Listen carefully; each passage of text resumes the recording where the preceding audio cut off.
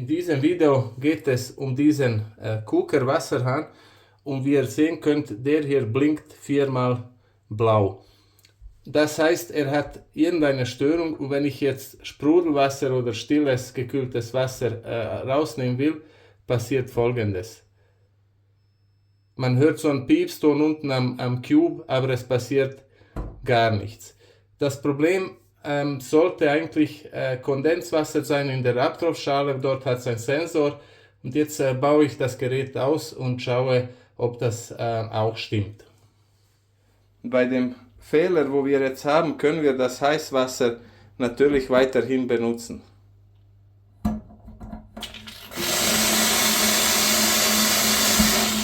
Wie man sieht, das Heiße funktioniert, nur das Gekühlte und das stille Wasser funktioniert nicht.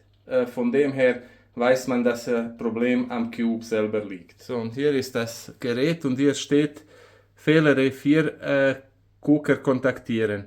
Als erstes werde ich hier hinten das Wasser abdrehen, das Gerät komplett trennen, auch vom Strom und vom Wasser, und dann schauen wir, was innen drin das Problem ist.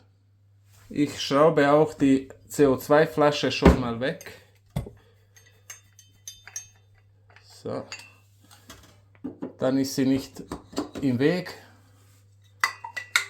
Und jetzt drehe ich das Wasser hinten ab und schalte die Geräte aus. Beim Reservoir muss man nur hier oben drücken, jetzt ist er schon abgestellt, und bei dem Cube ziehe ich den Stecker hinten.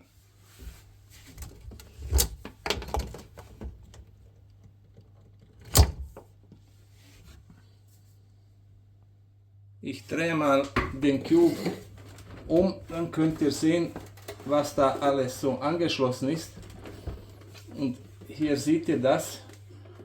Das sind CO2-Schläuche, Sprudelwasserschlauch bzw. stilles Wasser und der Wasserzufuhrschlauch. Ich stecke jetzt mal die Verbindungen aus. Und hier sieht man jetzt, ihr solltet eigentlich hier drauf drücken von beiden Seiten und dann ganz langsam diese Verbindung, dieses Stück hier einfach rausziehen.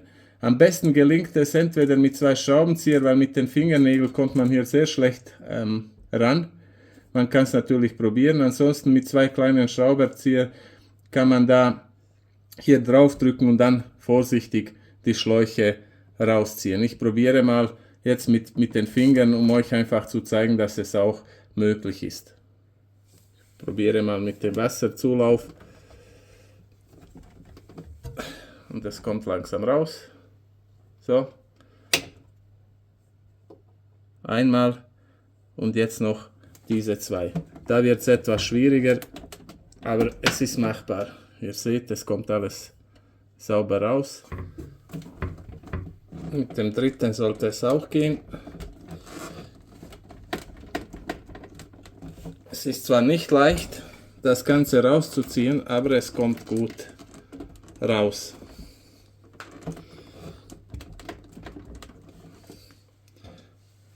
Wenn es etwas schwieriger geht, kann man es mit so einer Spitzzange an beiden Seiten reindrücken und dann vorsichtig rausziehen.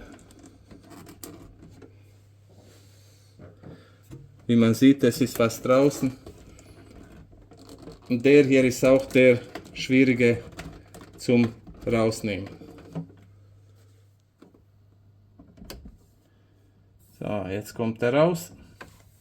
Ein paar Tropfen Wasser sind hier runtergefallen, aber das ist wirklich nur von diesem Anschluss. Jetzt hole ich das Gerät raus und dann zeige ich euch, wie man das Ganze auseinander bauen kann. Als erstes lösen wir hier die zwei Schrauben mit so einem Schraubendreher, damit wir diese Abdeckung wegnehmen können. Weil dahinter befindet sich eigentlich die ganze Technik. Ihr könnt schon erkennen, hier dahinter befindet sich der Ventilator für die Kühlung, und hier unten habt ihr diese zwei kleinen Löcher. Da geht man mit einem kleinen Schraubenzieher rein und somit löst man quasi die hintere Abdeckung. So. Und jetzt kann man sie wegnehmen. Und hier könnt ihr jetzt sehen, das ist jetzt die ganze Technik von dem Cube. Und ihr könnt hier gut erkennen, das ist der Ventilator. Und hier dieses weiße Teil hier ist diese Abtropfschale und die hat hier drin einen Sensor, der sagt, wenn es zu voll ist, gibt er eine Störungsmeldung, weil das heißt, es hat eine Leckage, also es hat ein Verlust irgendwo, beziehungsweise dieses Kondenswasserbehälter ist voll. Und der Rest ist hier oben, die ganze Technik ist oben und hier haben wir natürlich die ganze Elektronik. Ich weiß jetzt nicht, ob ich das Ganze rausnehmen kann, weil ihr seht, hier sind die Kabel noch von dem Ventilator, also nehme ich zuerst den raus. Der ist quasi nur so eingesteckt. Wenn das geht, nehme ich den raus. Dann habe ich mehr Platz zum Kontrollieren. Den lege ich einfach so auf die Seite. Und jetzt kommen wir zu dieser Abtropfschale. Und ich sehe schon, da ist genau beim Sensor ist Wasser drin. Ich zeige euch das mal aus der Nähe. Hier sieht man, da ist Wasser drin, also in der Schale selber nicht, nur hier etwas Wasser, aber das reicht schon, um diese Störung so quasi zu zeigen. Ich stecke mal diese zwei kleinen Sensoren aus und dann reinige ich bzw. trockne ich diese Schale. So. Ich drehe mal den rechten nach oben, so weiß ich, welcher wo hingehört. Und jetzt sieht man das Ganze eigentlich schon. Und hier, da ist noch irgendein Plastikstück. Und hier sieht man, da hat es jetzt ein bisschen getropft. Und da diese Schale quasi mit Gefälle gemacht ist, sammelt sich das Wasser zuerst hier. Ich zeige euch das mal aus dem Profil. Ihr könnt sehen, die Schale ist so gemacht, dass das Wasser eigentlich zuerst hier hinkommt und somit hat es diesen Fehler ausgelöst. Ich werde jetzt alles trocknen, dann montiere ich das Ganze und dann sehen wir, ob auch alles wieder so funktioniert, wie es sollte.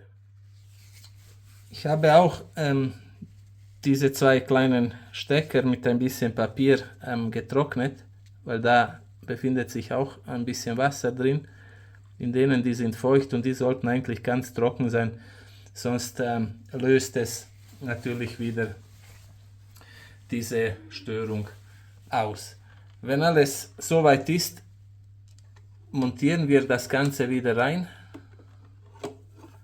Und zwar so, wie wir es ausgebaut haben, mit diesen zwei Sensoren.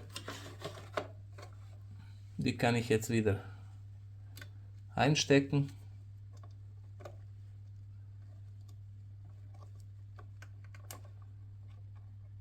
So. Und so.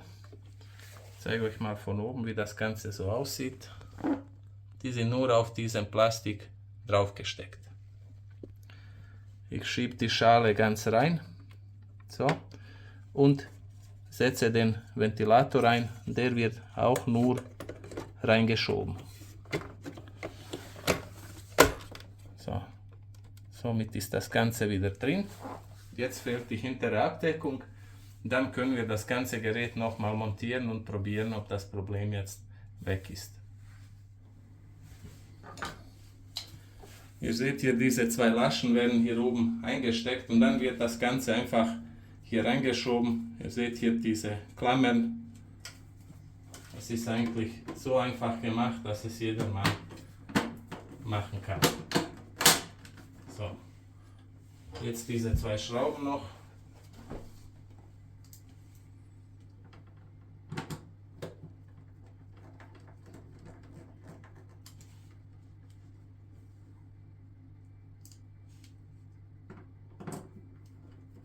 Und ihr habt gesehen, 2 Tropfen Wasser lösen schon das Ganze aus. Als nächstes schließe ich jetzt alle Schläuche an. Zuerst den großen hier einfach reinstecken, dann den fürs CO2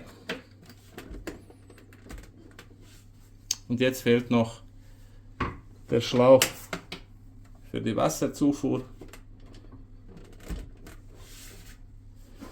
So, jetzt stecke ich noch den Stecker rein. Und was noch fehlt, ist die Verbindung vom Cube zu dem Wasserhahn. Ich drehe jetzt zuerst das Wasser auf, kontrolliere, ob alles dicht ist. Dann schraube ich die CO2-Flasche ein. Und als letztes schalte ich beide Geräte wieder ein. Zuerst drehe ich das Wasser auf.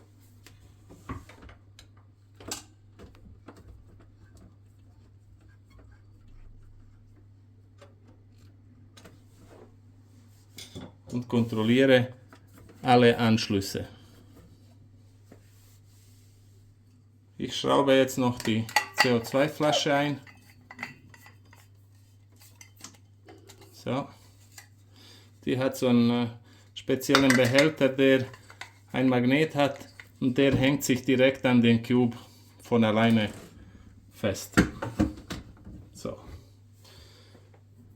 Als nächstes kann ich die beiden Geräte einschalten. Ich gebe Strom und dann sehen wir, ob jetzt dieser Fehler weg ist. Ich schalte mal den Reservoir ein zum Heizen. Jetzt habt ihr gesehen, jetzt im Moment hat es keine Störung. Ich werde kurz noch die Einstellungen durchgehen. CO2 zeigt er mir leer. CO2-Gehalt habe ich bei 50%, ohne Filter, deutsche Sprache. Und da könnte ich jetzt auf die Werkseinstellungen zurückgehen. Aber ihr habt gesehen, es hat jetzt keine Störung mehr. Ich vermute, dass die CO2-Flasche auch leer ist. Ich habe eine neue da, die werde ich auch austauschen. Bevor ich das mache, zeige ich euch aber oben, ob das Ganze soweit funktioniert.